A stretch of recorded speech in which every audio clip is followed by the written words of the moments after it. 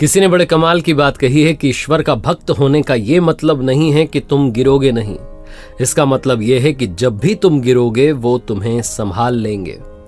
नमस्ते दोस्तों, मैं हूं आरजे कार्तिक। एक बड़ी छोटी सी कहानी है एक बहुत अमीर आदमी की, जिसकी मुलाकात एक सड़क किनारे भिखारी से हुई।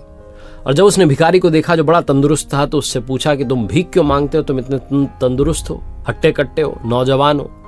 उस भिखारी ने कहा, साहब मेरे पास में कोई काम धंधा नहीं, अगर मुझे अभी काम धंधा मिल जाए तो मैं भी ये भीख मांगना छोड़ दूं, मुझे अच्छा थोड़ा ना लगता है, पर नौकरी नहीं है, क्या करूं। उस बहुत अमीर आदमी ने कहा कि मेरे पास में एक बेहतरीन ऑप्शन है, नौकरी से भी अच्छा। भिखारी की आंखों में चमक आ गई, उसने पूछा करना क्या है। उस बहुत अमीर आदमी ने कहा कि तुम मेरे बिजनेस पार्टनर बन जाओ, तुम्हारी जिंदगी संवर जाएगी।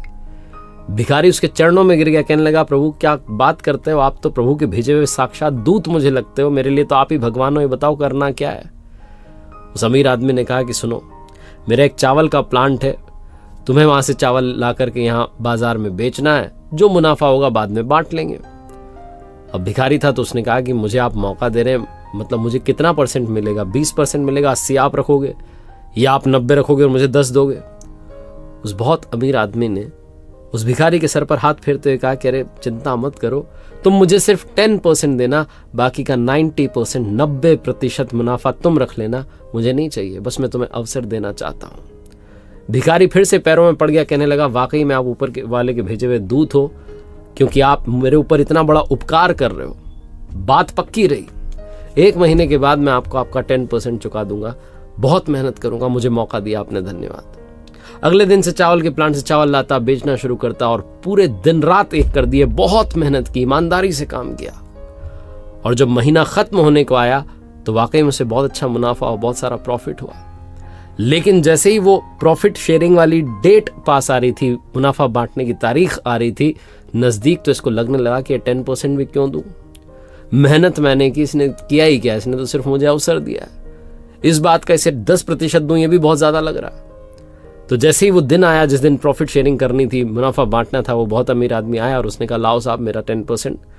तो ये जो भिखारी था, जो बिजनेस पार्टनर बन चुका था, इसने कहा, अरे वो वहां घाटा हो गया, यहाँ घाटा हो गया, और बहुत गरीब सी शक्ल बना ली और बहाने बना लगा कि अरे मेरे पास नहीं है, अभी अगले महीने देखेंगे।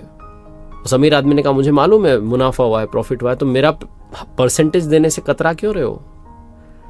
तो इस भिखारी ने कहा, तुमने किया ही क्या है। बोल पड़ा, इसने कहा, किया ही क्या है तुमने, मुझे मौका दिया और क्या किया, सारी मेहनत मैंने की, ईमानदारी से काम किया, इसीलिए मुनाफा हुआ है, वरना मुनाफा थोड़ा ना होता। तुम्हें 10% किस बात का दूं, बहुत ज्यादा है। अब आप सोचो कि आप वो अमीर आदमी होते और आपके साथ कोई ऐसा करता तो आपको कैसा लगता। वो 10% का हक भी अगर कोई नहीं चुकाता तो आपको कैसा लगता।